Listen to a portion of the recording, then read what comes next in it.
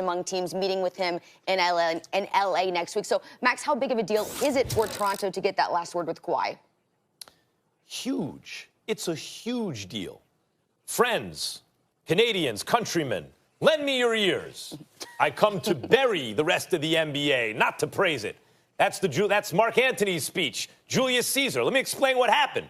Since the times of Shakespeare's writing Julius Caesar, everyone understands this. See, Brutus let Mark Antony speak at the funeral, right? Because Brutus and Cassius killed Caesar. Mm-hmm. He said, yes, you can speak at the funeral. Antony was Julius Caesar's boy, but you have to go after us. Big mistake. Brutus gets up, makes a speech. The crowd is on their side with the people who killed Caesar. Everyone's like, okay, it's okay that you did that.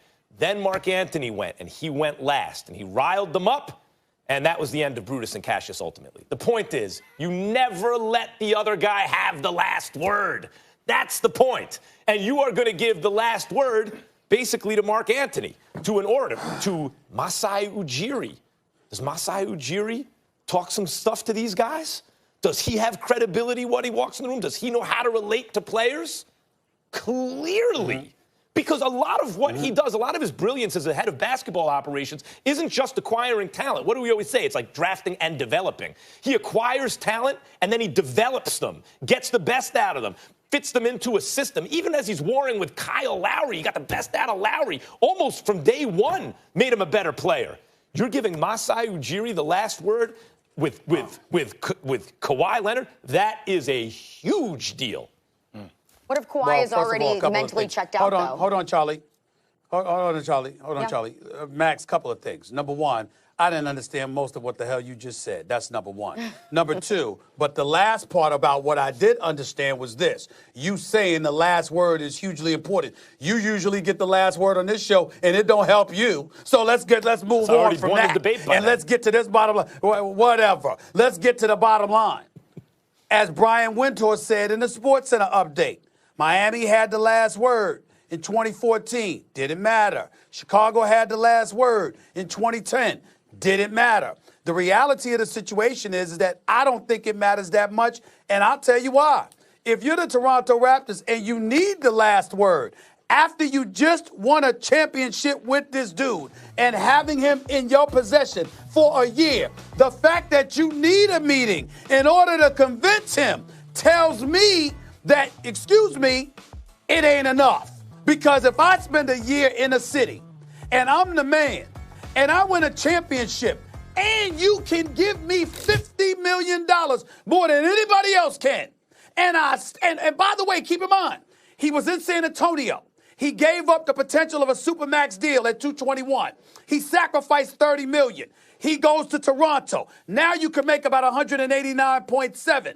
Now you're making another move that would sacrifice and drop that down to 141. So that is an additional close to $50 million, which means that the potential is there for him to lose $80 million compared to what he could have gotten in San Antonio if he were to make yet another move by not staying in Toronto and going somewhere else. And you still need to convince him? After winning a championship, after having him for the year, after him being a finals MVP, a superstar, the franchise is clearly his, the country is his, not just the city, and you got $50 million more than anybody else to give him, and you still need a final meeting? Yes, that is not a good sign. I want to that is not a good sign. Yes. First off, Kawhi is the biggest enigma in all basketball, because nobody knows what he wants to do. He goes against the grain all the time because he's Kawhi.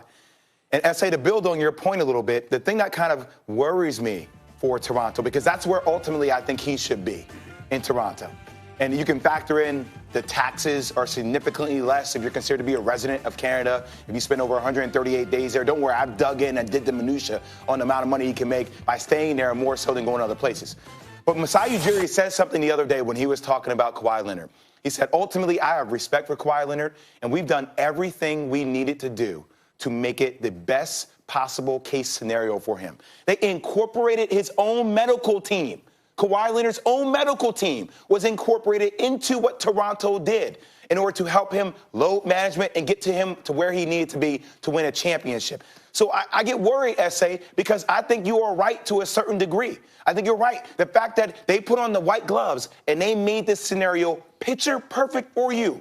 Load management, took time off, your own medical team. What do you need, Kawhi? Nobody's pressuring you to stay. We love you. We respect you. We just want to ride with you. And now we need a meeting to tell you all that stuff again. The decision may already be made up on Kawhi that he's going to stay there. I can say that too. But it is a little bit worrisome if you are Toronto that you feel you need to put together a pitch deck for him and really sell him on all the things that he saw for a whole year. You guys are arguing different things. The question is it a big deal that you get last word? The answer is yes. Now, it doesn't change the following things. The Pacific Ocean is not in Toronto, right? It's just not there. You don't have 300 days of sunshine at 75 degrees a year. It's not there. Your sneaker company doesn't want you there. It wants you in L.A. And finally, it's not home. L.A.'s home. So all those things exist. Those are structural issues Toronto cannot address. Also, you have just as good a chance to win a chip with the Clippers as you do with the Raptors, right? Those things are true. There's nothing Masai Ujiri or anyone could do about it.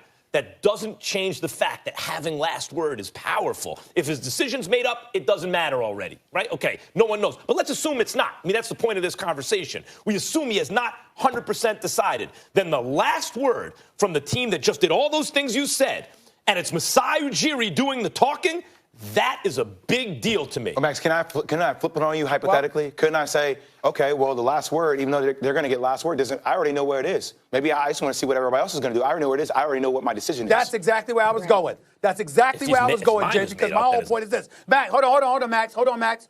Kawhi Leonard may be doing an anti-LeBron in this regard. I'm not going to pull a LeBron with Dan Gilbert in 2010 when the man clicked on the TV and found out I was leaving on national television like everybody else. I'm going to show Masai, this brother and this crew of dudes he has working for him who have been nothing but respectful to me by showing them the courtesy and respect of granting them a last interview and looking them in the face and telling them what I'm going to do rather than them finding out by some other means. It could just be that. Yeah, well, listen, if his mind is made up, then of course there's no big deal. He's going to do what he's going to do. And the odds of changing his mind are much lower than if he still has an open mind. I'm assuming that he hasn't made a choice. If this is all just a dog and pony show, who cares? I'm assuming he hasn't made his choice. And here's even a different point. If you're Toronto, what position does that put you in? Like, how big of a deck do we need to build out for you, for Kawhi? Like, what else do we need to show you that we need to present to you in this last hour meeting that we're going to have to prove to you that we've done everything to keep you here?